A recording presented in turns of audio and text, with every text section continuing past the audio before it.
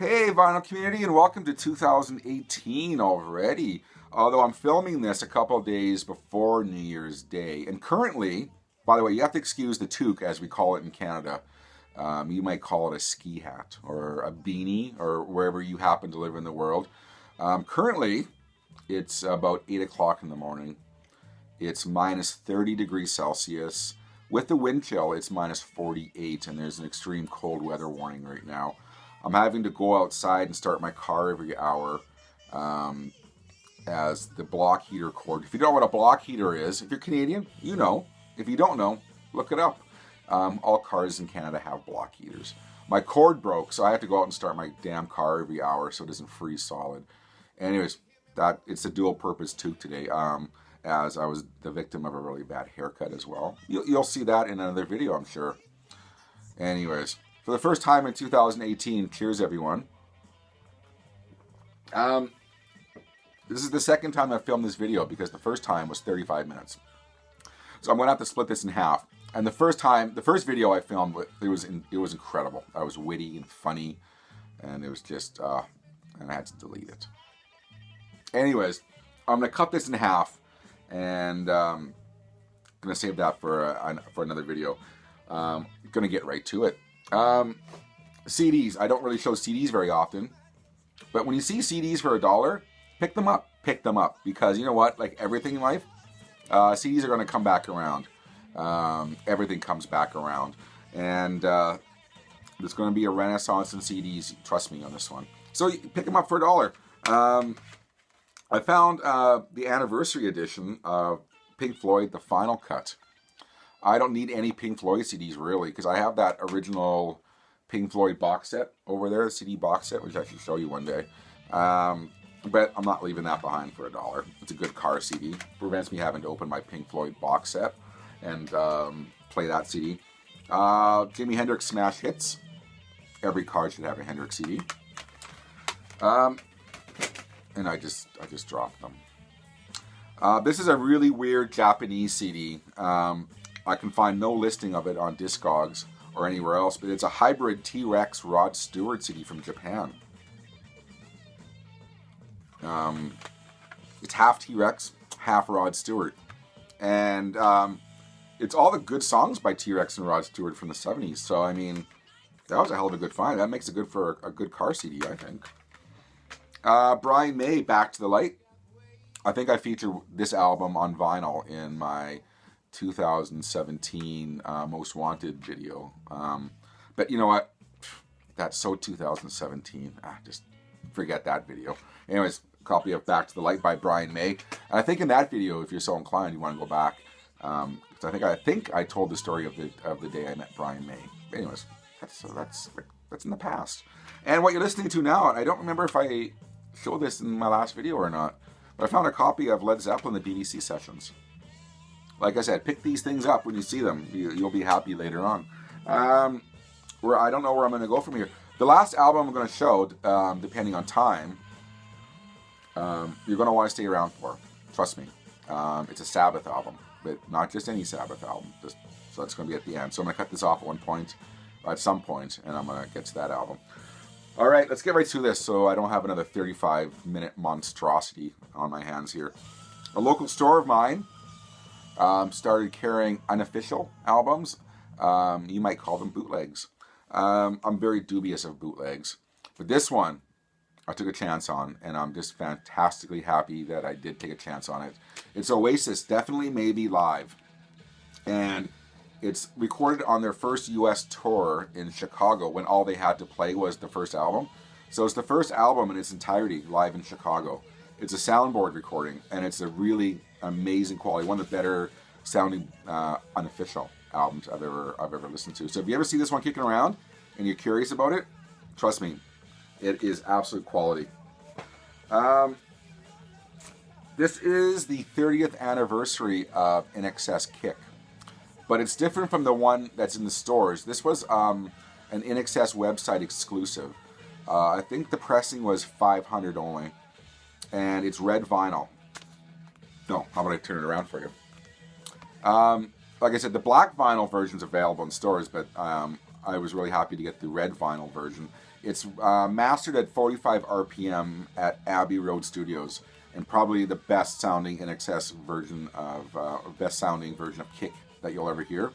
So really, really happy to get that one in the mail. Those were, I think, the only two more or less new arrivals that I got. Okay, this is a really good way to start 2018. I've had a really, really amazing stretch of finding some good thrift store stuff between the last video and when I'm filming this. We're going to start with some Beatles. Why not start 2018 with some Beatles? I found a US pressing of A Hard Day's Night.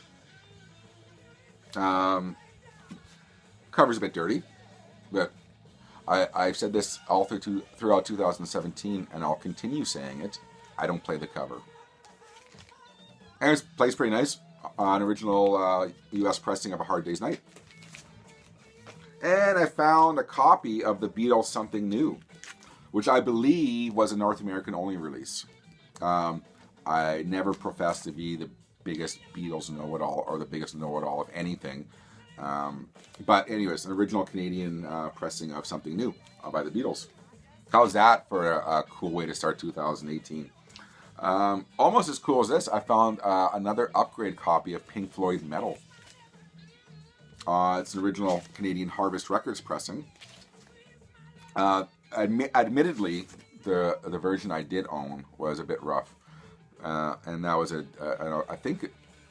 I think that was a decent placeholder copy. Anyways, see, it's early and it's cold, and I'm trying to rack my mind. But this definitely replaces that copy. Not my favorite Pink Floyd album. It has One of These Days and all of Side 2 Echoes, which is one song, if you don't know, which was a kind of a precursor of things to come for Pink Floyd. It makes this album well worthwhile. Anyways, like I said, not my favorite, but I'll take that any day. Okay. Not only is this album pretty rare, and it's pretty good as well, but this album is special for another reason. It's a band called The Hassles, and it's a psych album, more or less, although I always say that's a very overused term. But that's what it is. They're from Long Island, New York, and this is an original United Artists Records pressing. It's a punch-out copy. And you'll notice a lot of these records I'm going to show you have writing. I'm going to guess this all comes from one collection that was donated, and the gentleman cataloged his albums, I'm going to guess, by writing on them. But like the Beatles, I don't care. I don't play the cover, and the vinyl plays nice. But here's the cool thing about the Hassles. I'm going to show you someone on the back here. See this gentleman right here? Have a look. See if you can guess who that is. You can pause it if you want. All right, that's enough time. That is Billy Joel, and this is his first band. This is the first recorded album that Billy Joel ever did. Was the Hassles. I think they did 2 albums, and then he went on to do another band, and then he did his solo career. Anyways, talk about a really cool find at a thrift store. The Hassles, like I said, it's actually a really, really good album. So, anyways, I was really, really happy to find that one. Moby Grape 69. You can tell it's the same guy who wrote on his covers. And usually I'll openly complain about that, but I don't care. I just don't have these albums. Moby Grape 69. I've never owned this one. This is, what is this? An original Canadian. It's a Columbia 2i stereo copy. Love me some Moby Grape. This might be from the same collection, but I'm going to guess because it's kind of within that same realm, but there's no rating on it. So whoever donated this, you weren't very good at cataloging your albums because you didn't write in this one. But anyways, it's the Blues Magoos Electric Comic Book. I think this is the second copy of this one I've found in thrift stores in the last year or so. This one's a definite upgrade copy. So I'll keep this one. I'm sorry, I might be scant on details today. I've promised myself I'm going to try to make shorter videos. I don't know if it's going to work or not. I was really, really happy to find this one as I didn't have it, and it's in such nice condition. It's the Who by Numbers, and it's an original US MCA pressing. Not my favorite Who album, but it has Squeezebox on it, so it's worth it for that alone. But really nice condition copy of the Who by Numbers. Might be the only Who album I didn't own, and I'm not sure why I didn't own that album. This was a very, very curious find. And this is case in point where Discogs isn't always the best. It's a good reference point, but it's not the be-all and end-all. Because you're leaving yourself open, I'm talking about the description of a vinyl. You're leaving yourself open to whatever person entered the information. This is a band called West. And I believe this is 1969. And it looks like a country album. And if you look on Discogs, I think that might be the description of it. It's an original Yellow Label Epic Records pressing. Because I think it's 69, 68, 69. But it's a lot more than country. There is some blues rock thrown in. There's some little bits of psych element. Because it's late 60s, of course they're going to have some of that influence in it. That sound was everywhere. But I don't know of a country band that's going to spell their label in that font. That's very kind of psychedelic. Kind of like Clearlight, the band Clearlight. Anyways, that was part of that haul. And I played this. I was really happy with this album. It's country-based, but it's a lot more than that. That was an amazing find. For my friends in Quebec, or people who like French language music, I just picked this up because it was part of that haul. I'm probably going to butcher the name too, but Garolou, 1978 on London Records. I love picking up French language albums because you just never know what you're going to get, and this is actually not a bad album. They're from Quebec, but it's some folk, some rock, a little bit of everything. There's a lot of bands from Quebec. They threw everything in but the kitchen sink, which is why I have this affinity for francophone music from that part of the world. It's just you never know what you're going to get.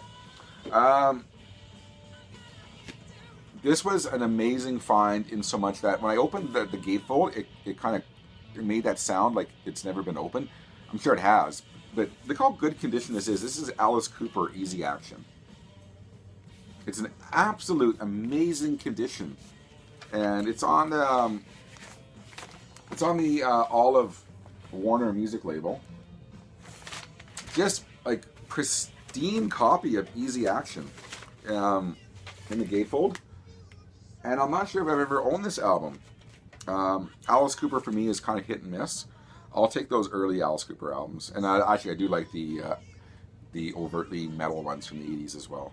But anyways, Alice Cooper Easy Action. That was just, I mean, honestly, in December to find some of these things is just unheard of from my part of the world. This one I found. I'll be really quick with this one. Last video, I think I found an original Canadian copy in the gatefold. And then lo and behold, a week later, I went to a thrift store on kind of the outskirts of my city, and I found an original UK pressing of It's a Beautiful Day. Anyways, not much to say about that one. This was, I knew the band name, and there's a popular vinyl community member on one of the Facebook groups who is really in love with the band Man, and that stuck in my mind when I found this. It's called Back into the Future by Man, and man, is it good? How's that for a bad pun? I just remember this gentleman who talks about this band all the time, and saying how good this album was. This is an original gatefold United Artists Records pressing, if I didn't say that already. This is a really, I was really pleasantly surprised, if I can spit that out. It's early, and it's minus 48 with the wind chill, so I'm kind of half frozen. Anyways, I was really, really happy with that find. Just I was kind of blown away by that album. Okay, this might be my biggest surprise for how much I like this album. It's a Dutch band who only did one album, apparently, And this is an original pressing from Holland. And if you look on Discogs or anywhere else, the band name is spelled with an apostrophe. How you say the name, I don't know. I'm going to say it's Morana. Loners and Lovers. It's an original pressing on Polydor Records from Holland. And it's just a really good rock, blues rock with some progressive rock elements to it.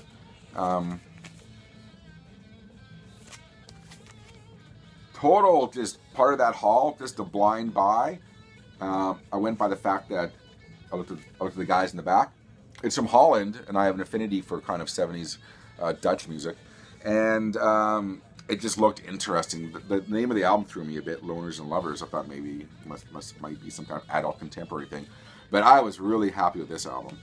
Have you ever seen this one? At least give it a try.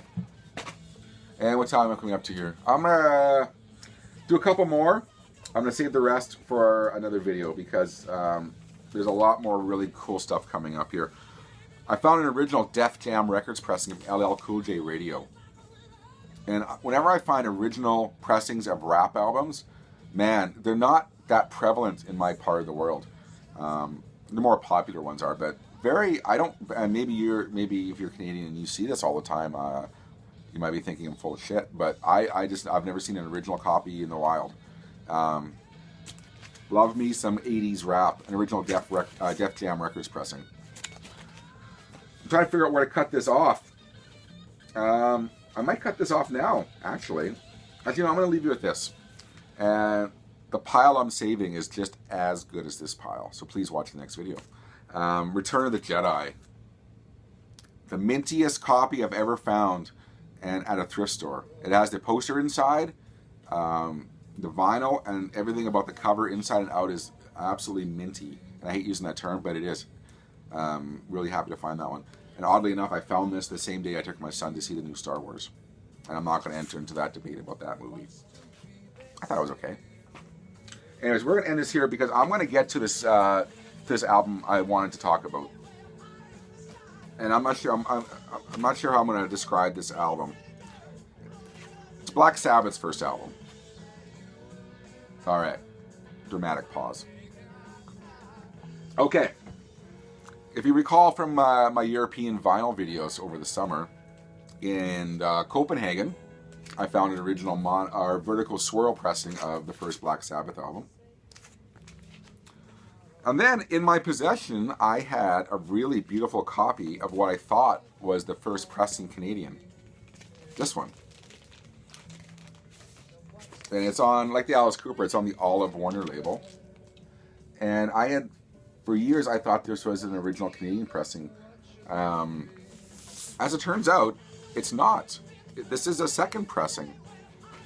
And how that plays into this, I'll explain in a second.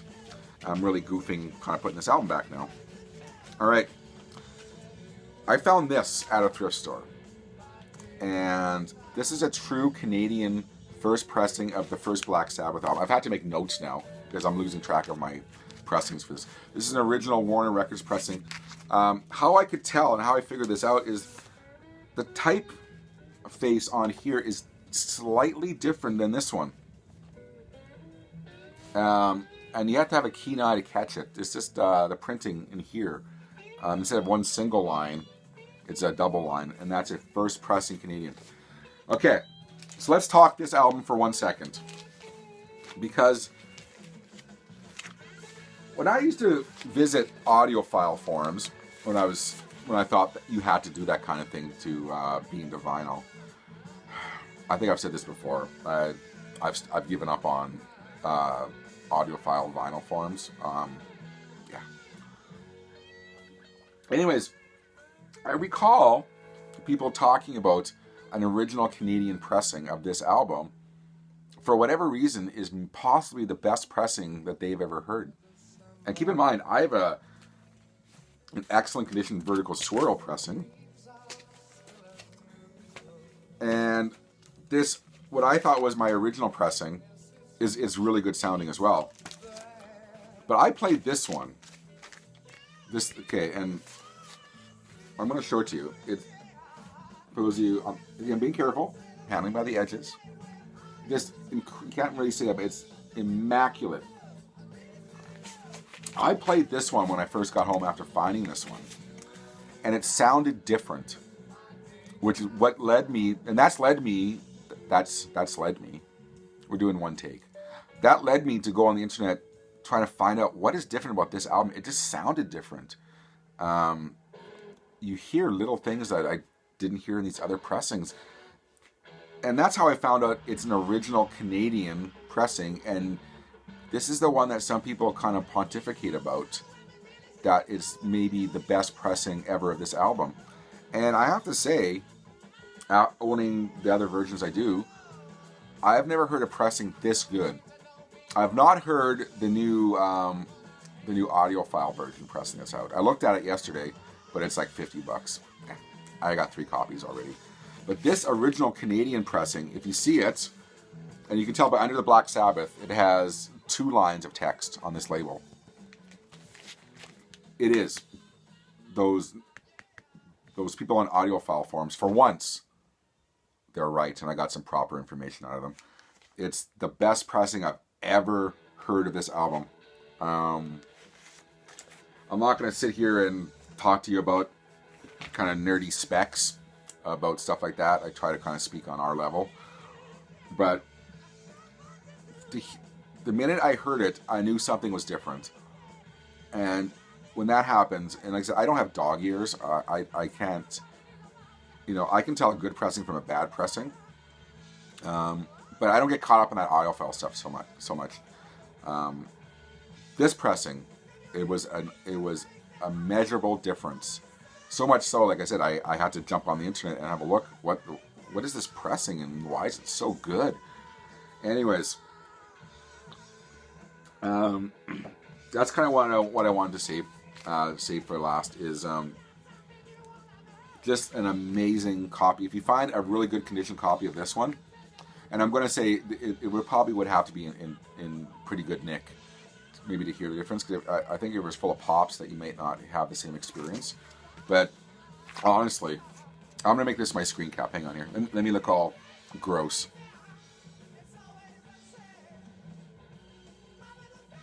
There we go. The album sounds different, and you have to listen to understand what I'm talking about. Anyways, how's that for an amazing find at a thrift store? So now I own 3 copies of his damn album, Vertical Swirl, a second pressing Canadian, and a first pressing Canadian. I'm never going to buy another copy of this album, trust me. That's getting stupid now. All right, we're going to wrap this up, and this is about 10 minutes less than my last video that I deleted. But I'm going to guess was a lot more entertaining than this one. Please watch my video coming up, like I talked about listening to a classic album for the first time. I hope you had a really good New Year's Eve. I don't know what it holds for me. I'm DJing a really huge evangelic club, so I don't know what's going to happen. It's going to be quite the night. And like I said, stay tuned for my next Vinyl Finds video. There's an equally good pile sitting right here, and I'm sure you'll enjoy that one as well. So thank you once again for clicking on my video, and I really do appreciate it. So take care, and we'll see you next time.